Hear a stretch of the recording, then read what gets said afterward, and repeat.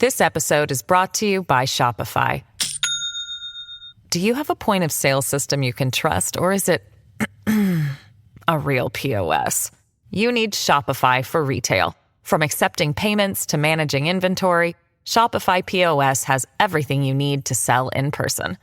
Go to shopify.com/system, all lowercase, to take your retail business to the next level today. That's shopify.com/system.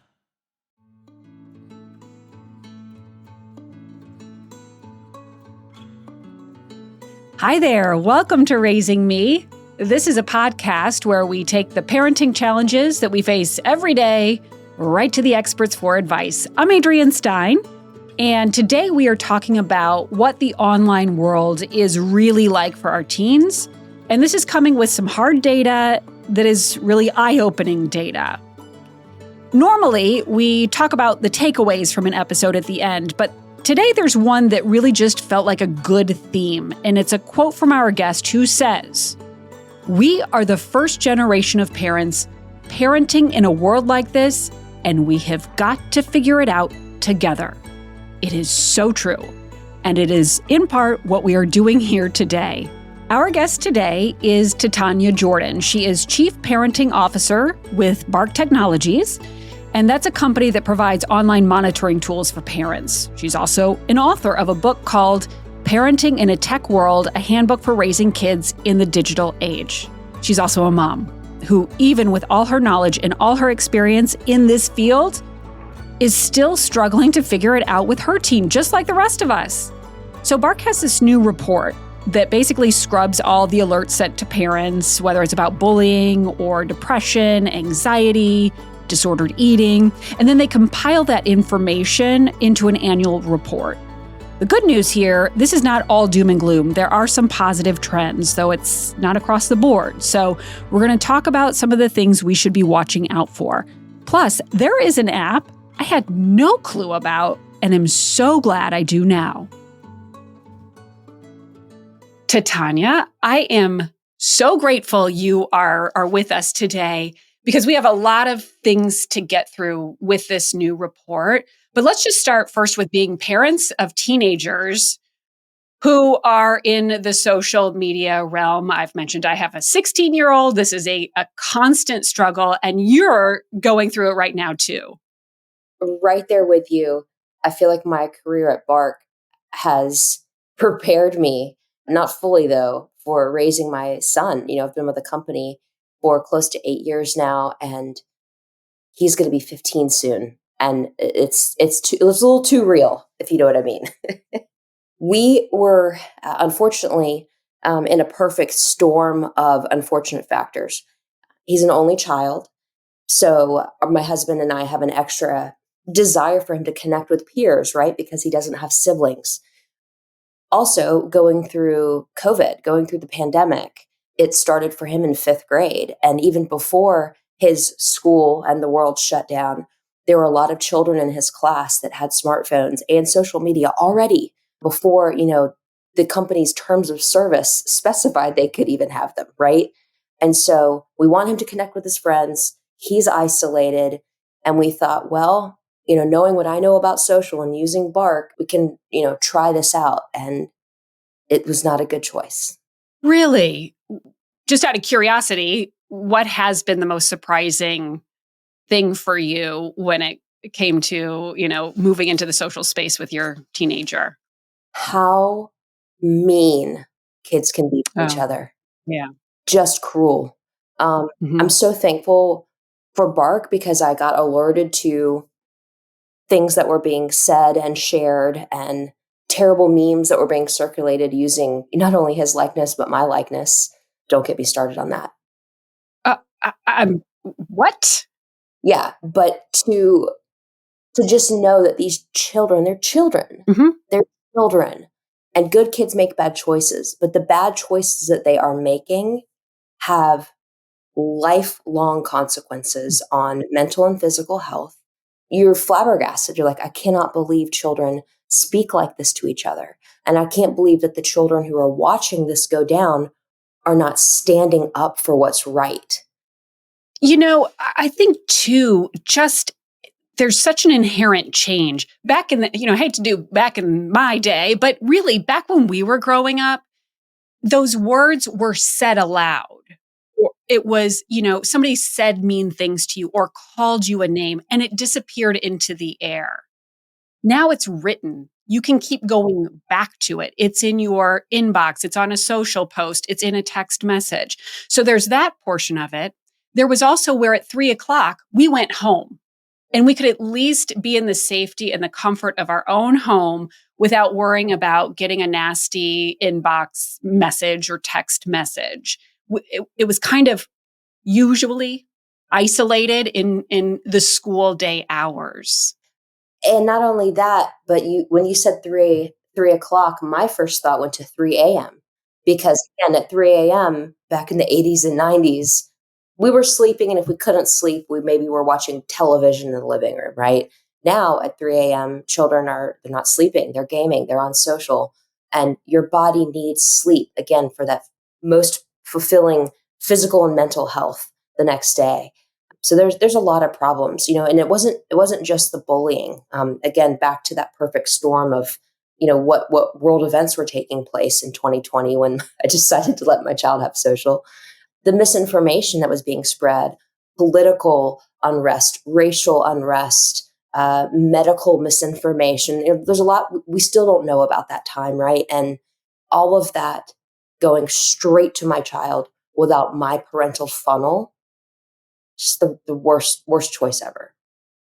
I just keep getting the chills at all these things that you're saying, right? Like we had a filter usually. There is no filter, so to speak. I mean, there are different things that we can do as parents. Obviously, we're going to talk about that, but they have access to so much. I mean, even searching for a video game element on YouTube, you ever see what comes up in the side of the panel that you didn't even look for? Yeah, and that's again algorithms. Yeah. Algorithms, whether they're on YouTube or TikTok or Instagram or fill in the blank.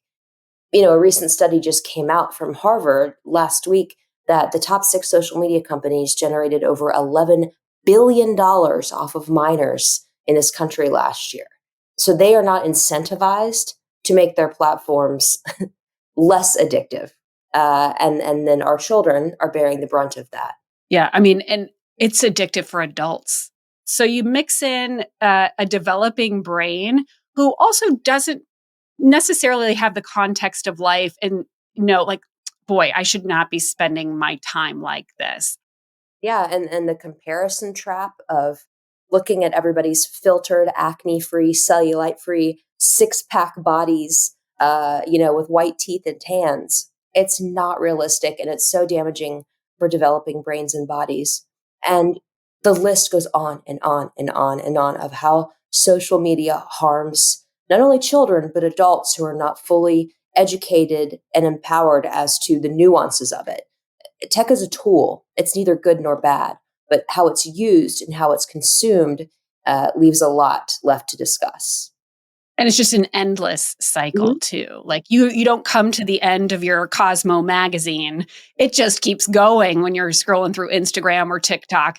When we're flipping through a magazine, back in high school or whatever it was, like there's a last page. Right. There is no last page when it comes to this. Wow. That's a soundbite. Like that needs to be a graphic on social. Like that's very powerful point.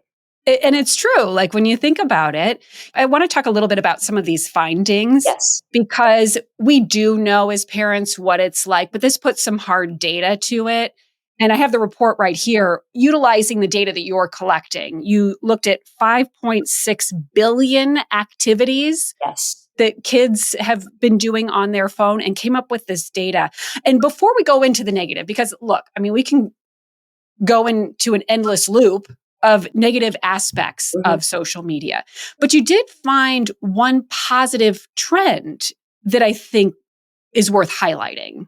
Yes. So thankfully, we are coming out of a pretty dark few years, and serious issues like depression and suicidal ideation and bullying are actually on a downward trajectory year over year, which is so encouraging to see. In fact, the only alert type that showed a negative trajectory was disordered eating related content.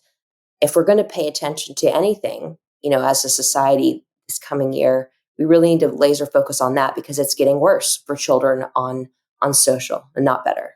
Are there any apps in particular that, when it comes to, say, disordered eating, are potentially worse than others for kids? Yes, I'm so glad you asked. Not only does our report cover the rate at which children experience all kinds of issues online, problematic content and problematic people, but we also analyze the top apps that we flagged for these sort of pieces of content. For body image concerns, the number one most problematic app for that was Instagram, followed by Snapchat, Kik, Reddit, and then TikTok. So I bet a lot of parents listening have never even spent time on Kik, much less Snapchat. What is Kik? I have to admit, I've never heard of that one. Yeah, Kik is a messaging app, essentially. It has internal apps. It really started kind of like a place for sexually charged communications due to the ability for it to be more encrypted, more private, and you could actually turn on video and live stream yourself with somebody else, much like FaceTime, without it being detected. So if I had to attach a brand to Kik, it would be private sexual content. Okay, I'm picking my jaw off the floor. This episode is brought to you by Shopify. Do you have a point of sale system you can trust, or is it a real POS? You need Shopify for retail. From accepting payments to managing inventory, Shopify POS has everything you need to sell in person.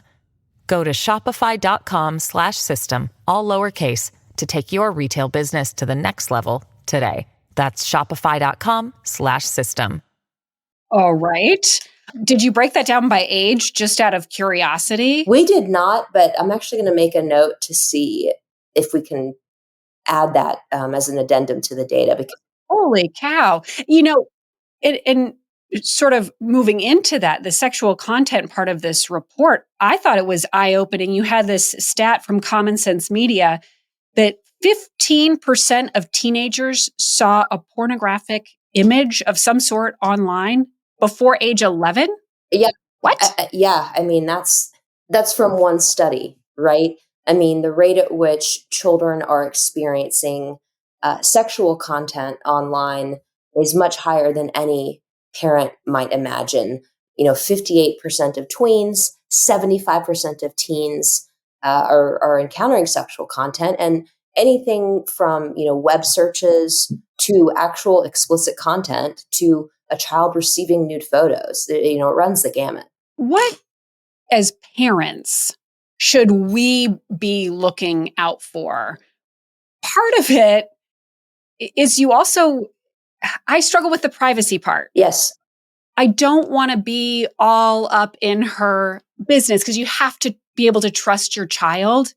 However, this is a new space. She is 16 years old, and I'm not necessarily worried about her. It's the other guy. Yes. Whoever that other guy or gal is. So how do we navigate that sort of fine line there? I mean, we're going to need like 7 episodes to really go deep on this. But it starts with a few things. One is just education. We as parents and caregivers need to be educated on the realities of what is happening to children today and how frequently it is happening.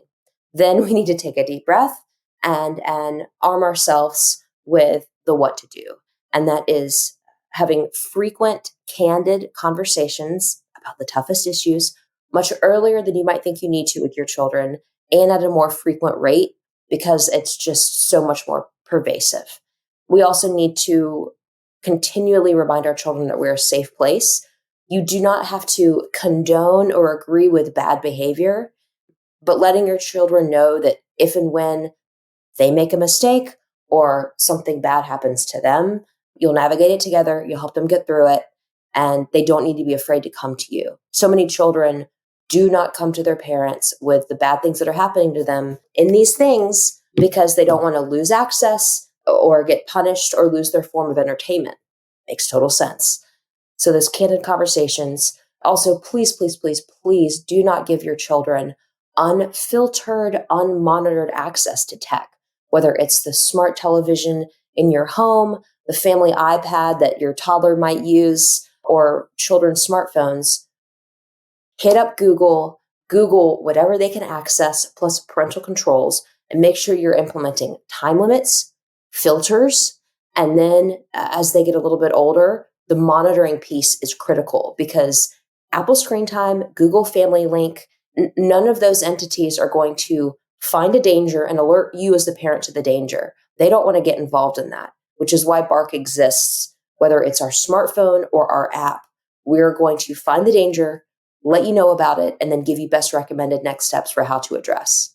It's interesting too that you said like starting with these parental controls and these monitoring opportunities is that you start young, right? On the iPad and then going into the smartphone. And normally as kids get older, you start to release the reins a little bit when they're learning new things.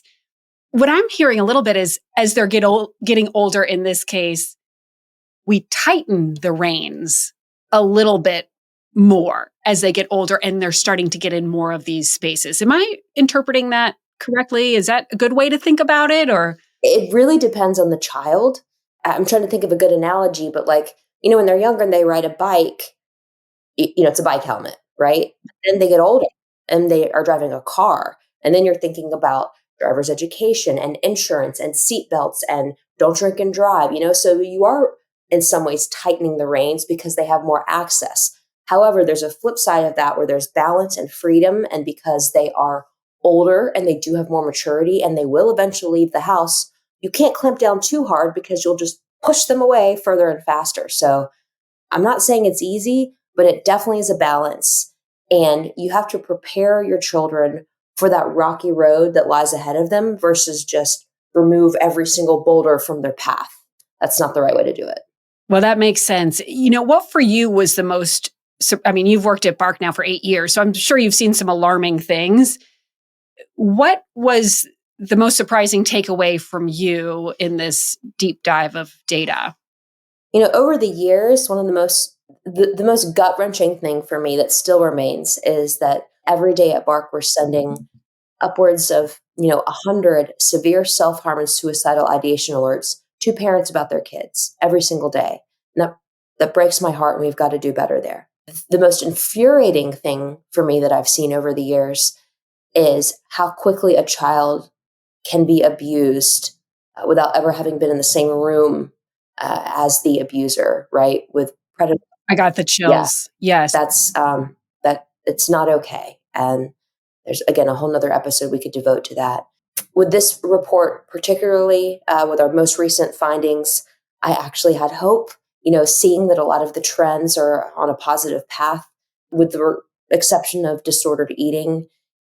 And that doesn't surprise me because we as a society have been spending so much time focused on cyberbullying, suicidal ideation, and predators. It's like disordered eating kind of gets the back seat. Well, now we need to move it to the front seat because it is also killing our children. What kind of disordered eating, what content, what does that look like? Yeah, great question. So it's anything from, we talked about algorithms earlier, right? So if you're in 8th grade and you've maybe put on a few pounds that because you're becoming a woman, and that's totally normal, you might be a little afraid and search, in TikTok, how to lose weight fast. Well, now all of a sudden the TikTok algorithm wants to show you fitness influencers, which is great. Fitness is great. But again, it could lead down a dark path quickly of inaccurate ways to restrict calories when your body actually needs more calories because it's growing, unhealthy means of losing weight with certain drinks or shakes or supplements that could harm you, and also visual representations of what sometimes an ideal body image should be. Again, back to the Cosmo magazine, if we couldn't get to the end of the magazine and we just kept looking at pictures of 6 foot tall, 100-pound models with 4-inch thigh gaps, we would start to feel really bad about ourselves. So it's that sort of information that is problematic for our children. And then the comparison trap aspect of it, developing bodies are different than developed bodies. And if you're constantly seeing these images that are probably filtered and airbrushed of what an ideal body image looks like, but you're like, how can I get there? And you literally almost kill yourself trying to get there. That's where our children are right now. It's heartbreaking. It really is. If there was one thing you could recommend for parents today, what would that be? One thing. I know. How about 15 things? Yeah. What would you put on the top of the list? Yeah, I'll do less than 15. But okay. First thing I would say is just our children need love and compassion more than ever. We are disconnected more than ever. Our children are bearing the brunt of it because of the isolation they've received during their critical years of social nuance formation. So they need love and connection primarily in real life. If we can spend more time with each other in real life instead of behind screens, that is going to be good and healthy for everyone. Leaning into mental health education, because that directly correlates to physical health. Delay is the way, as my friend Chris McKenna of Protect Young Eyes says. You don't have to give your child access to XYZ, and they don't need to have all the things all at once. So don't hesitate to delay. Your child will be fine if they have to wait a little bit longer than their peers to have access to what we know is harming them. And then, those candid conversations, remaining calm, talking about the hard things more frequently. And then when it is time to give your child access, again, use parental controls, use filters, use monitoring. And then finally, it's so hard, right? Like you and I spend a lot of intentional time in this space, and we're still struggling as parents. And to that point, there's a Facebook group called Parenting in a Tech World that I started a few years ago and now has over 440,000 parents in it. That is such a wonderful place for community and education where we can lean on each other, because we're the first generation of parents parenting in a world like this, and we've got to figure it out together. And what an excellent point. We're going to put not only this study, more information on Bark, also that Facebook page on our website, wgme.com/raising me to Tanya. This was eye-opening. It was fascinating and really, frankly, just a pleasure to talk with you. I know we're dealing with a lot of the same things, like so many parents listening to this today. Absolutely. Yeah. It is not easy, but we can do hard things. We will get through this together, and our children will be okay if they know that they are loved unconditionally. Well said. Thank you so much. Thank you. I got to tell you, I loved talking with Tanya. Not only is she just a super cool lady, but so knowledgeable in this space. I actually have pages of takeaways and quotes from this episode. So we're just going to start with this because it did give me the chills and was sort of a holy cow kind of moment. And that is how quickly a child can be abused without ever having been in the same room as the abuser. It's so true.